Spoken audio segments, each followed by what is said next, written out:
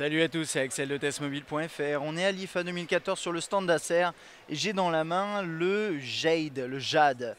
C'est un terminal qui a été dévoilé récemment, juste aujourd'hui en fait, et qui est même disponible dès aujourd'hui chez certains vendeurs. Alors à voir en France où ça exactement, je ne suis pas sûr, mais en tout cas vous devriez le voir très rapidement arriver chez vos vendeurs préférés au prix de 229 €. Donc c'est pas du haut de gamme. Mais le point intéressant, c'est que quand on le prend en main, on a vraiment la sensation qu'on a en main un appareil premium, quoi, haut de gamme. On dirait peut-être pas à la vidéo parce qu'il y a un aspect très brillant, comme vous pouvez le voir. Mais je vais en parler un peu plus tard. Alors, on va commencer par les specs. Là, bon, là j'ai la version noire à droite, la version blanche à gauche, juste pour info. C'est les deux versions coloris, les deux coloris qu'on aura en France. Il y a une version rose qui a été montrée, mais on l'aura pas en France. Par contre, apparemment, peut-être que sur acer.com il y aura une exclue avec une troisième couleur encore inconnue, voilà, ça c'est un des trucs qui tournent. Alors rapidement sur les spécifications, on a un terminal 5 pouces HD, c'est du IPS 0 gap, donc on a quand même des bons angles de vue, ce genre de choses. On est en quad-core 1,3 GHz, c'est du MTK, Mediatek.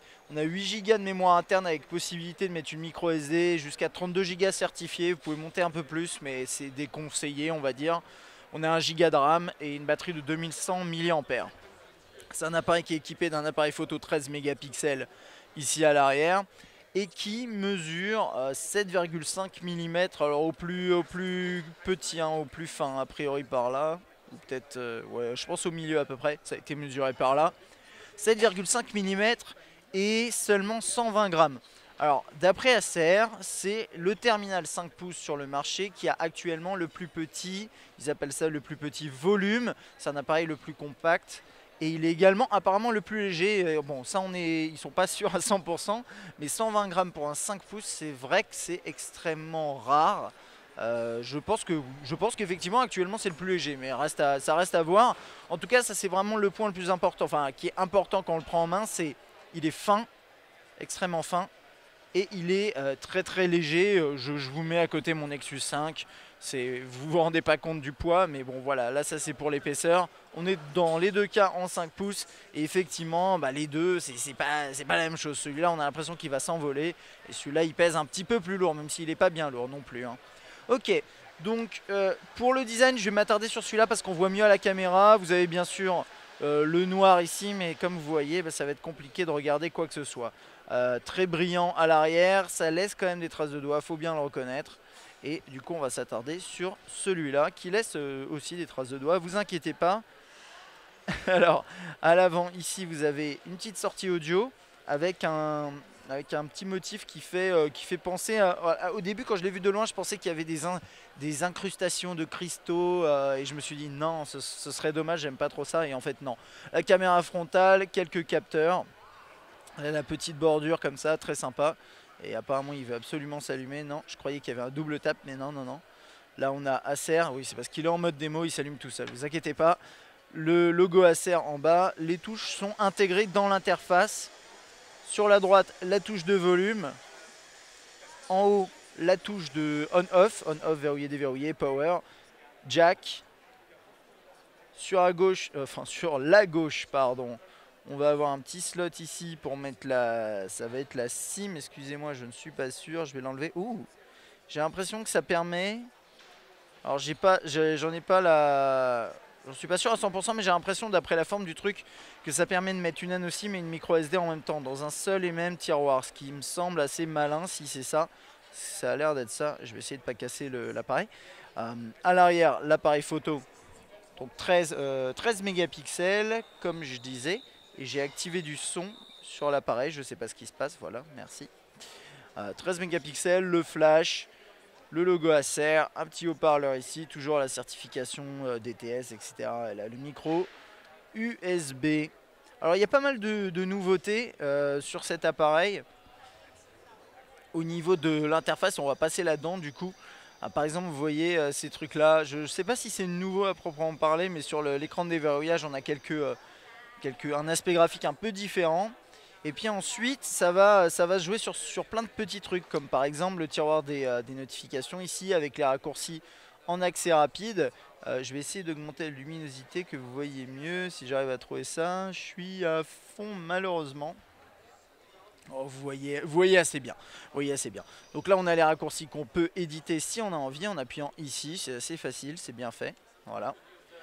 On a là le menu des applications. Et ce qui est intéressant, c'est cette barre verte, en fait, verte à la couleur d'Acer.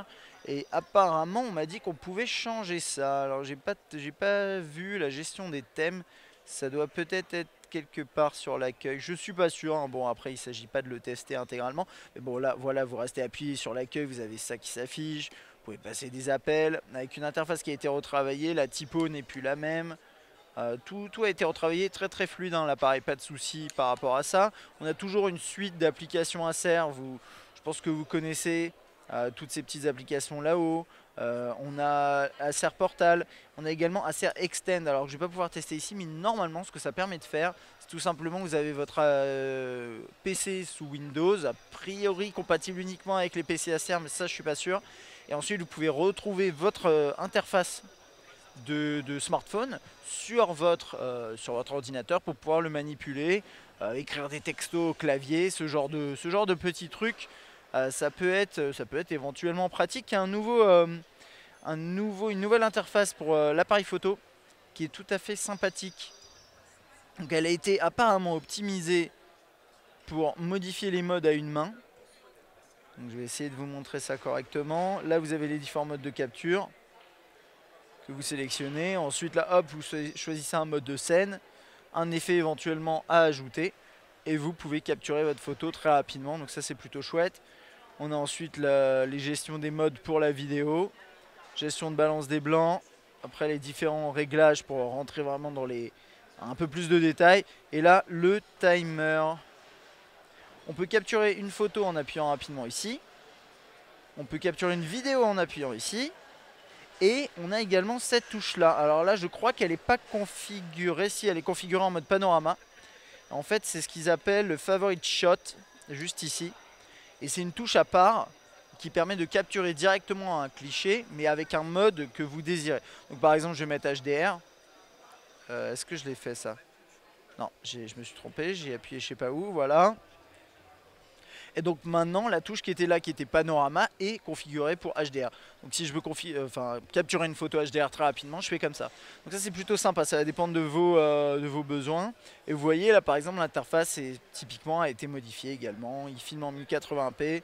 Ce genre de truc, enfin non, 1080p tout court d'ailleurs. Il y a un dernier truc, un dernier élément que je voulais vous montrer si j'arrive à le retrouver, c'est le mode... le mode easy, le mode quick mode. Alors le quick mode il a été retravaillé, rappelez-vous sur les terminaux de Acer, normalement ce quick mode c'est un mode easy, on va dire easy mode, et qui est très simple, c'est des tuiles un petit peu comme sur Windows Phone si vous voulez. Là maintenant on a quelque chose de beaucoup plus sympa, donc je vais faire standard, faire next, ok. Ensuite, il va me dire, est-ce que vous voulez rajouter plus de contenu sur votre écran d'accueil? Moi, je vais dire oui, pourquoi pas. Je peux choisir un widget que j'ai envie d'ajouter, le widget du Play Store, pourquoi pas. Qui fait ça, je sais pas. Donc voilà, ça serait à peu près tout. Je fais Next. Ensuite, il me dit, choisis un thème. Ok, je peux les tester. Il y a 3 thèmes proposés. J'aime bien ce thème-là. On a ça, et ensuite, il faut appuyer pour mettre en place le widget. Donc là, hop, je peux dire là ça marche pas parce que c'est normal, il n'arrive pas à choper la localisation apparemment.